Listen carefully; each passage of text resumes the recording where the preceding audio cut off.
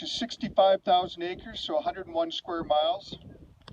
And we run about 13,000 head of cattle through the year. We strive to graze 10 months of the year. So it's entirely a grass grazing operation. We don't do any farming. We don't even own a tractor. So if the cattle or the sheep can't eat it, it's kind of no interest to us. So because the grass is our main asset on this ranch, we really try to look after it as careful as we can. When I started in 2008 and I looked over the ranch, this behind me that you can see up the valley here was as yellow as a canola field. And there's some pictures circulating here and you can see. And those pictures that I have there aren't the worst of it. So they had been spraying for 40 years, trying to control it, trying to eradicate it. And they were spending between $13,000 and $15,000 a year spraying it. And those pictures show the results. Still look like a canola field. So you couldn't blame them for not trying. They just weren't using the right tools.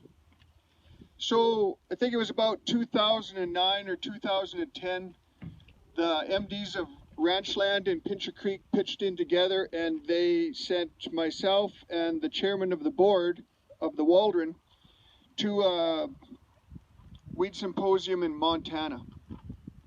And there we learned what they had found over the years with grazing sheep and control of the leafy spurge.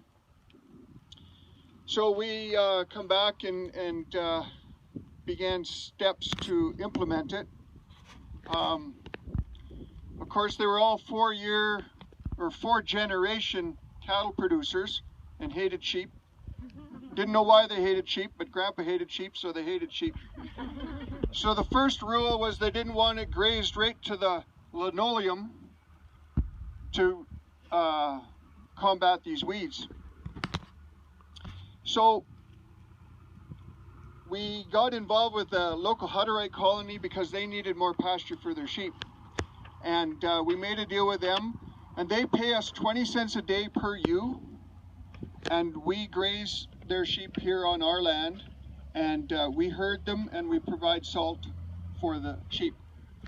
So for them, it's a great deal because they're rid of their sheep for 3 months of the year, and they have this available pasture so they can increase their sheep flock. For us, the rent that we get from the sheep grazing here pays for the herders, and we usually profit between $1,500 and $1,800 a year. Now that doesn't sound like a lot of money, but just think, we were spending $13,000 to $15,000 a year on spray and had very little control of what was going on. So basically what we did is we turned a liability into an asset.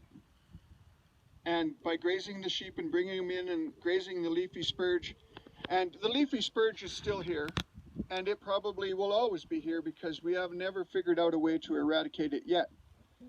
But part of the control program is also the flea beetles. I can never remember their name, so it doesn't really matter, but they're little beetles that prey on the leafy spurge.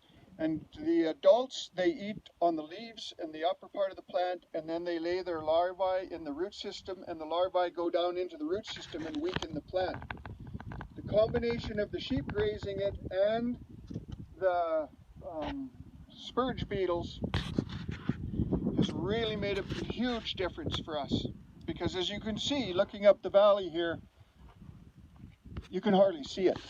It's there, but the sheep continually selectively graze all the blooms off of it. And then the plant has to send a new shoot up from the root system to bloom again, and the sheep get that one. And so they weaken the plant, and that helps the beetles.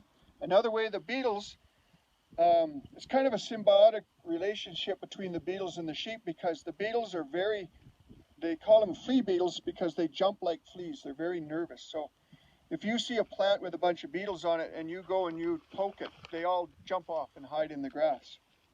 So when the sheep are grazing through, the beetles inadvertently get tangled in their wool, and they might ride the sheep for 200 or 300 yards, and then they jump off or fall off or whatever, but it gets spread. And so all through this valley, all the way up through here, right to our south buildings, those beetles have spread the whole way because they ride the sheep. So, I mean, for us, it's economically beneficial. We've also made great steps to controlling, not eradicating, but controlling this noxious weed, because it is a bad one. And it would go right across this whole country if it wasn't controlled.